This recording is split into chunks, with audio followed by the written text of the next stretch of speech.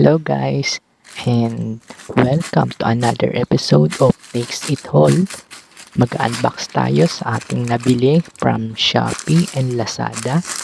So open natin itong unang nabili ko.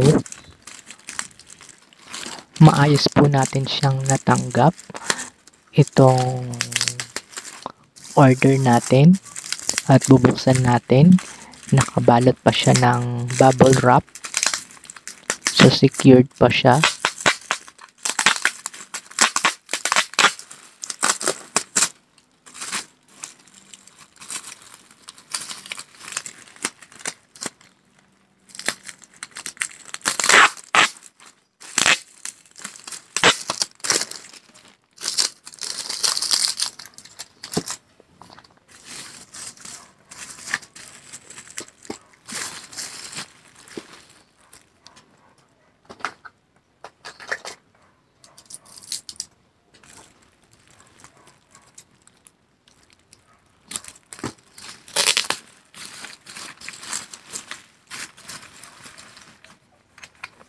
So, eto guys, ang ating first order.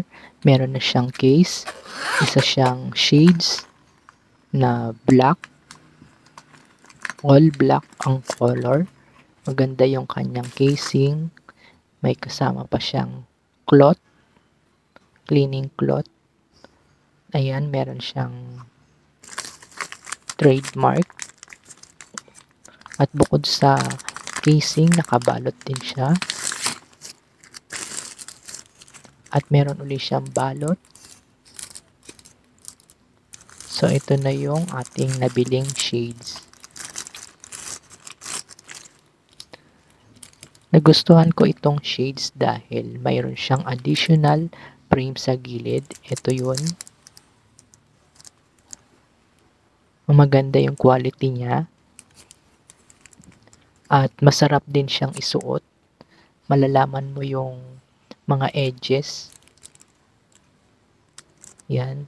Ito yung mga additional frame.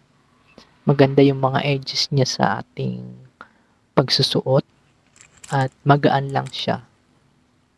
So yung vision naman, okay na okay siya para sa sunlight. So ganyan. So naipakita ko na to sa aking previous vlog at naisukat ko na rin.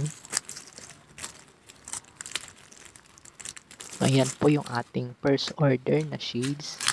At ibalik lang din natin. Dahil maingat po ako sa lahat ng aking mga binibiling gamit. Dahil ayaw ko na syempre masira or madumihan. Dahil galing ito sa ating mga pinagtrabahuan, pinagpawisan, pinag-alayan ng time and effort at lahat-lahat na. Kaya ating ingatan yung ating mga nabiling gamit. Another order. Bubuksan na natin.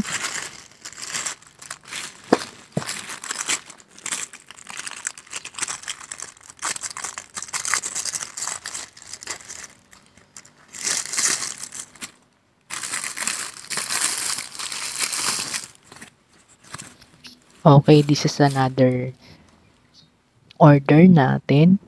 It's a natural hair powder. Beauty forehead curve. So nakita ko lang to doon sa kanilang online shopping at na-try natin kung okay ba ito. So open natin. Meron silang video na ipinapakita doon at mukhang okay naman at kumukulay yung ating buhok at nagbibigay ng forma sa mga buhok. So eto na yun. So para siyang sponge. So hindi ko alam kung nasaan yung powder. Baka nasa loob yung powder, then isi-shake at ilalagay na lang sa buhok. So color brown yung ating nabili. Meron din silang color black. So check nyo na lang. And our third order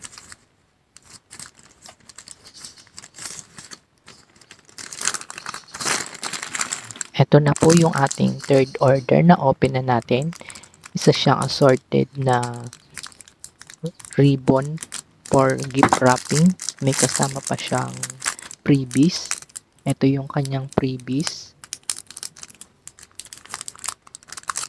So, ito yung tatlong assorted nating nabiling ribbon for gift wrapping. Black and pink. So, hindi siya yung usual na texture ng ribbon. Gawa siya sa tela. At maganda naman yung quality. So, pang DIY, pwede ito. Para sa ating fourth order, open na natin.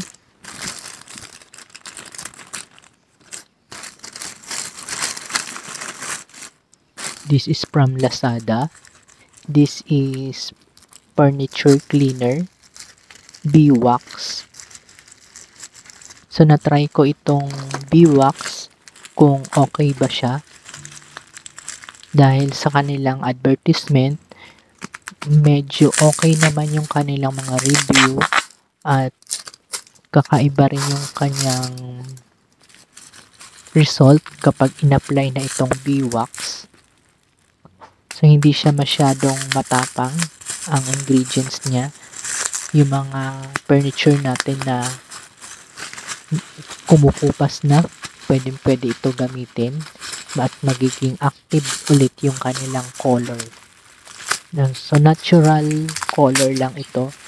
Kung ano yung natural na color ng inyong appliances or furniture, so yun lang din ang magiging kulay. Hindi siya mag-a-add ng additional color, kundi magpapashine lang siya at maglilinis.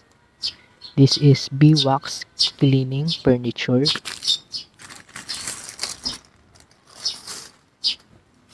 And for our last order, so medyo kalakihan ito. So, open na natin.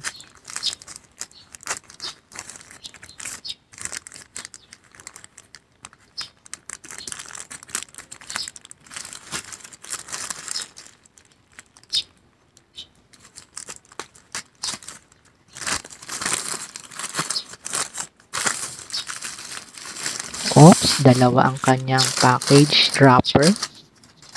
Yung isa sa Shopee at yung isa naman is bubble wrap from the supplier or from the seller. So, tad-tad din siya ng scotch tape. So, open lang din natin.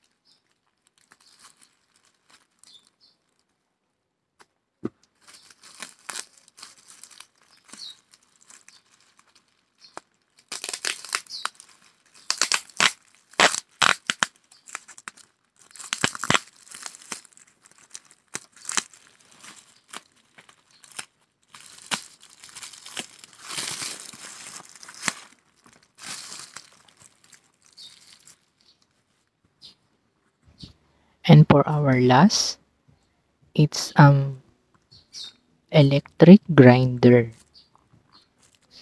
So, nakabili na ako nito before sa aking pinsan and this time para naman sa atin. So, pwede dito yung mga nuts yung mga beans para ma-grind natin. So, bumili ako nito para sa tableya na nabili natin sa kultura. So, pwede dito yung tableya para maging powder natin at hindi na mahirapan tayo sa pag-melt or pagluluto nun. At least, naging powder na rin siya. So, ito yung mismong product or item made from metal, stainless, with cover.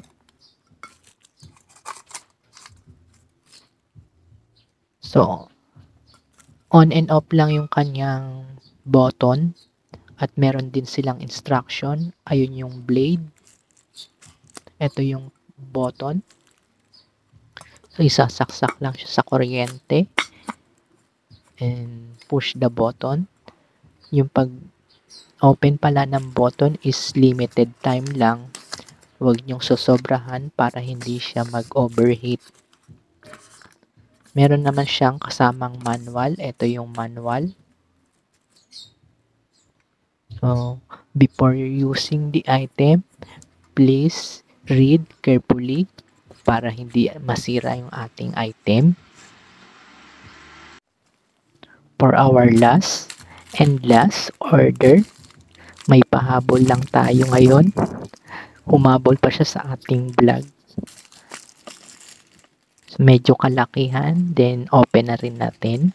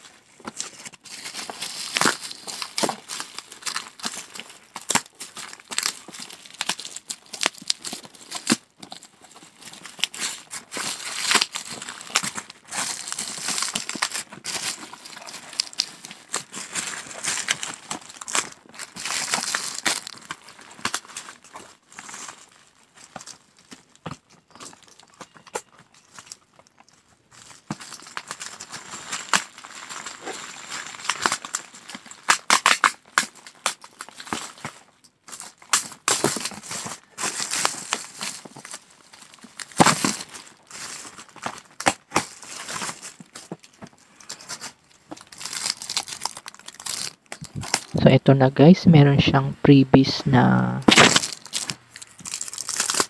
ano bang tawag dito? Basta yun guys, yung panglinis sa face o para siyang mga foam. So, dual siya. Pang scrub yata ito. So, comment down below kung ano tong kanilang freebies. So, medyo masarap naman hawakan at malambot siya. Para sa face ito, pang linis.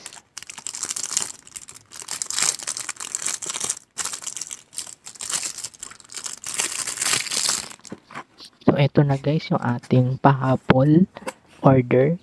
It's a cake turntable made from plastic lang siya. So, ang balak ko talaga is topper lang ng cake or lagayan lang ng cake para sa table. At naisipan ko na ganito na lang since gagawa rin naman tayo ng cake. So, dual purpose na lang din ang ating magagamit dito. Pwede natin lagay dito yung cake at paikutin ng ganyan habang gumagawa tayo ng icing. So nakikita nyo yung pag-ikot niya. At pwede rin to maging serving ng cake sa table. So dito lang ilalagay yung cake sa ibabaw. So soon or pag may nakita tayo at pag meron tayong budget, bibili rin tayo ng wooden na ganito. Hanggang dito na lang guys. Bye for now.